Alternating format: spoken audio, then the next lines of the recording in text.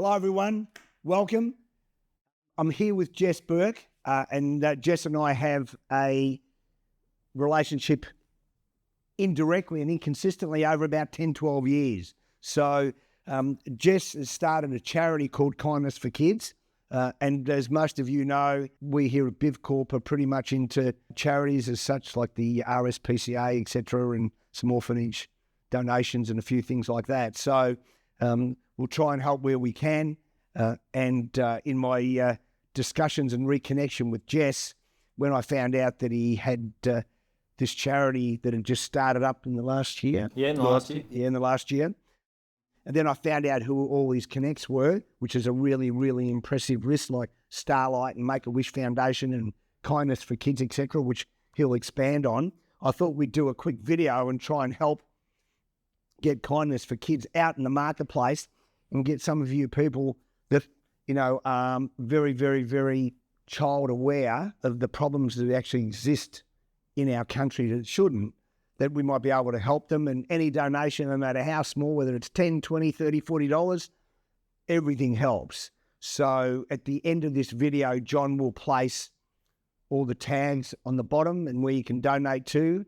And also, if any of you want to get in touch with Jess and do some volunteer work, that would be really good. So Jess, welcome. Thanks for coming, man. Oh, thank you so much for having us, Michael. We really appreciate it. Just so we can explain to people, you've been going a short period of time. So what is the core value or the core aim of Kindness for Kids?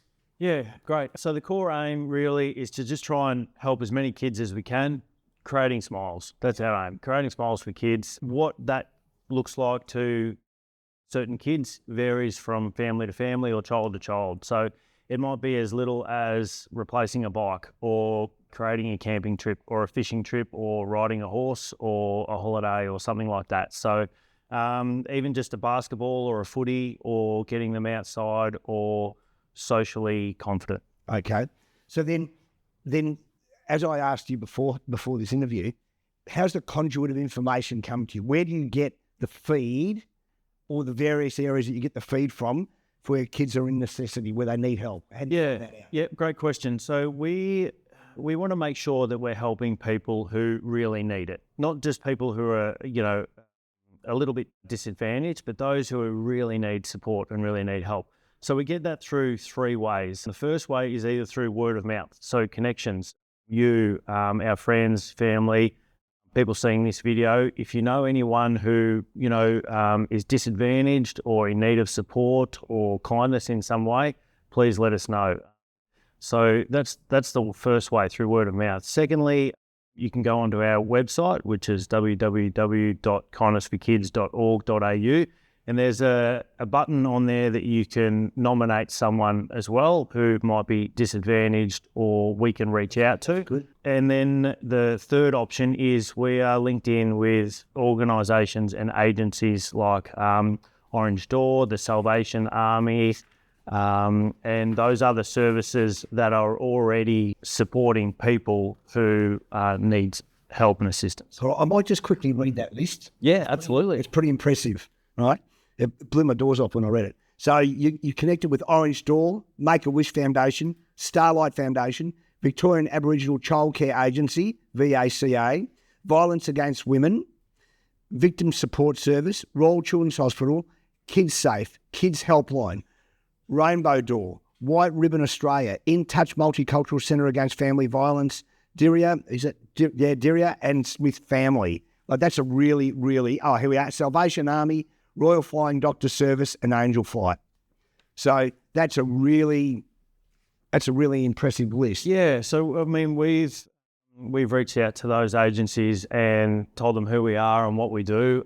We've donated and supported to them as well, and some more than others we're a bit more entrenched with. So for example, Angel Flight. Angel Flight are a great service that provide non-emergency medical care and treatment to people who need it remotely and rurally, as opposed to Royal Flying Doctor Service where it might be, a critical emergency. Yeah. So we have engaged with several pilots who fly for Angel Flight in Victoria, and We've dropped off toys, puzzles, books, Lego and things like that for when they pick up children and the child's flying from A to B for treatment or medical care and that kind of thing. So they can provide them with, these items just to try and, bring a smile to their face and make their day a little bit better.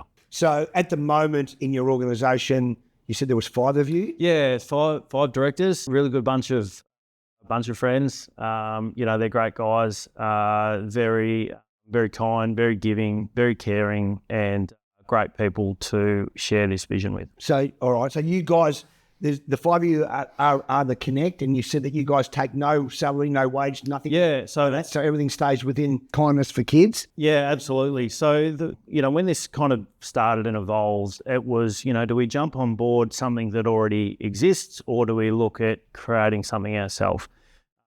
And there were a lot of reasons, for that. But ideally, what I loved about creating something our own was we get to make the decisions, and the decision is made that 100% of every donation or support received goes directly back into helping people. So we don't take a wage, we don't even take stationery or a fuel card or anything like that. So yeah, that's something we can be really proud of. And while you're fairly tight, that's easy to do. Yep. Yeah, the logistics get harder when you get bigger. Yeah, that's right. But the fact that you're doing that now is good. Yeah. But your collaboration, say for instance, with the salvos and all that sort of stuff, how did that come about? Because those connects. That's a really impressive connect. Yeah, so it came about for 2 reasons. One is, I'm very inexperienced in this space. Like, absolutely, I want to help, and I'm passionate about doing it, but I've not run a business before. So what we wanted to do was look at these successful organisations like the Salvation Army and Starlight Foundation and KidSafe and understand what they do, what they're about, how they do it, so we can learn from that as well. And then to also look and find a way, is there anything that they're not doing that we can try and help with? So can we pick up anything in any way that we can try and help you?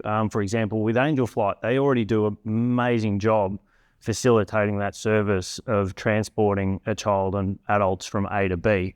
So that's already done. But is there something we can do where we can help a little bit better by providing, toys and gifts and, and education on the flight? So, yeah, so it's about trying to find a little bit of a niche on how we can help. So completing the whole. Yeah, and that's right. Yeah. Okay. So that's good. Great. It's a great concept. Great concept.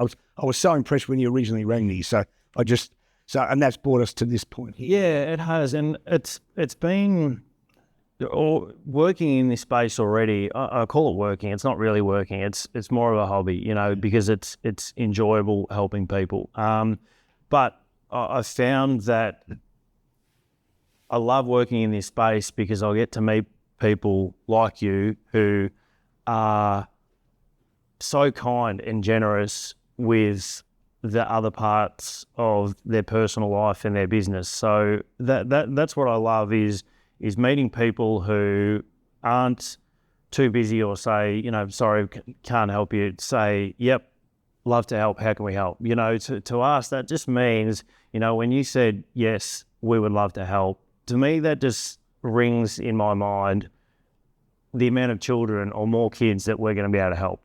So, and that's what I love about it is working with people who are really great. So that's no, you don't have to thank me. We're blessed. The also the affiliation with the football clubs and all that. So let's briefly talk about that. So Jess's this Kindness for Kids is now fairly affiliated with the footy clubs. We went to a function the other night for the Coleman medalists, which was good. Tell me a little bit about that. So sometimes, like I mentioned before, if we are notified or made aware of a child or a family who we can help, we found in Victoria especially, there's a huge football culture.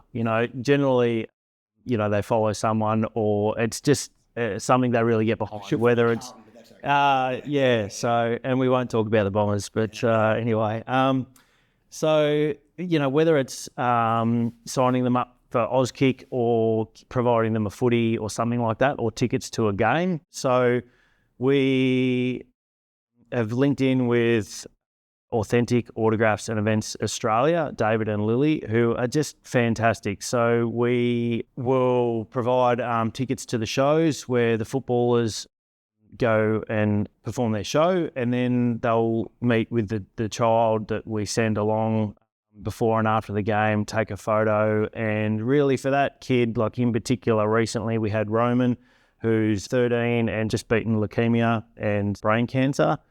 Remarkable person, and just such a lovely boy. So he went along to Carlton and got to meet his idols, and that was just like, meeting Superman for him. He just absolutely loved it. Yeah, so we'll look at ways that we can try and, just create a positive event or experience for a child. And at the moment, that's been football has been one of the answers for that. That's been really great. In that space too, we're just so lucky to meet people who are actually really happy to help. So Toby Green at GWS is organising access to the rooms for a young family in Ballarat when they play in round 24, the last round of the year. So we've got a young family attending that, and they've got access to the rooms afterwards, which is a massive thank you, to Toby Green and the generosity there of being able to, support that. So, and I also noticed too, though, is also you get involved in a bit of domestic violence stuff. So you're like victims of family violence, that you help them out too. Yeah. So the Orange Door is the service that they provide a wonderful service to people who are affected by family violence. So what we do is we provide toys and books and puzzles and games to Orange Door. Right. Yep. And so then when a family attends in crisis or for triage, then those items are handed out to the children. Yeah. Great link. The as I said, the list is long. So donations. So when you're looking at donations, you of course you can do cash. Yep. But you take goods and all that too, do you? Yeah, absolutely. Yeah. So a lot of the if clothing. Yep, clothing. School supplies. Yep. Stationery, everything. Toiletries, books, anything. All that helps. And then we distribute that where we can to either those services we're engaged with or the families we speak with directly. Because you never think about that. Yeah. There's a lot of that. Because when I read that initially, I thought sometimes you might not know that the salvos, if they're looking after 5 families, toiletries, there's a whole stationery, there's a whole range of things needed at a core level, clothing, that you take for granted the salvation home would probably provide some clothing stuff. But you don't think of all the supplementary items that they need. Yeah, you're right. Okay, that's very cool that you do that. Very cool, very cool. I'm super impressed. One of the things that struck me really quite significantly lately, Jess, in relation to, and one of the things that attracted me about your charity now is since the start of COVID, I've noticed a whole change in people's mentality, disposition, depression, anxiety, a whole range of things. But what struck me huge, because I'm 62 now, I've lived in this area 62 years. Wow. Never, ever have I seen homeless. Yep. Right? Except when I used to go to the city or go to the footy at the G and you'd see them all there. Yep. We now have a distinct homeless population, a reasonable amount of people that live in this southeastern quarter, the city of Monash. Yep. Even from the Oakley Park behind Monash Police Station up into the railway lines up here in Mount Waverley, there are a lot of homeless people. Yeah. Right, a lot. And what strikes me and just blew my mind away is when I see a lady, a mother, in a rotunda with 4 kids under 2 blankets, and they've got their bikes there. So therefore, when you came to me, I thought, the least we can do is do something, even if it's not fiscal, because everyone, sometimes physical help can be a bonus, So in that case, I'd never, ever seen it in that light. So obviously the problem is a lot bigger than what we think. Is that what you feel or I think you're absolutely right. And why that is, I'm not sure. but absolutely, it's evident, and that's another reason we want to try and help is. And what we do is we do cold calling, where we'll just go out and we'll walk the streets. We'll just try and find people who are disadvantaged or doing it tough. And it might be, how can we help? Can we try and provide emergency accommodation? It all obviously depends on our budget as well and the funding we receive. But it might be even just, a conversation or linking them in with a service or a counsellor or someone to talk to or another service to help them find their feet. So, and trying to break the cycle that way. But you're absolutely right. It is a big issue. So I think the more people trying to help, the better. But it's growing.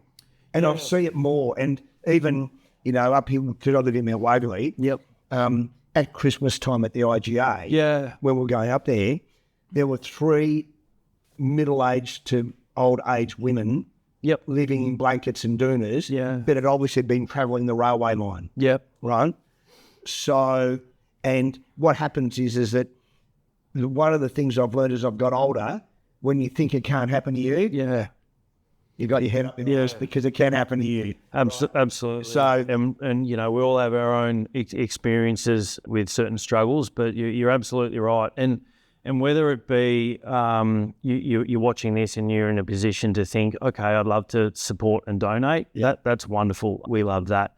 Or if you're not in a position to be able to help financially, reach out to us and find out how you can volunteer, because you don't have to look far to know that there are so many services that just deliver food or looking for drivers to drive to local food pantries or to serve meals somewhere or to distribute pillows and that kind of thing. So there's more ways you can help rather than just donating financially. I learned that through the RSPCA we sponsor.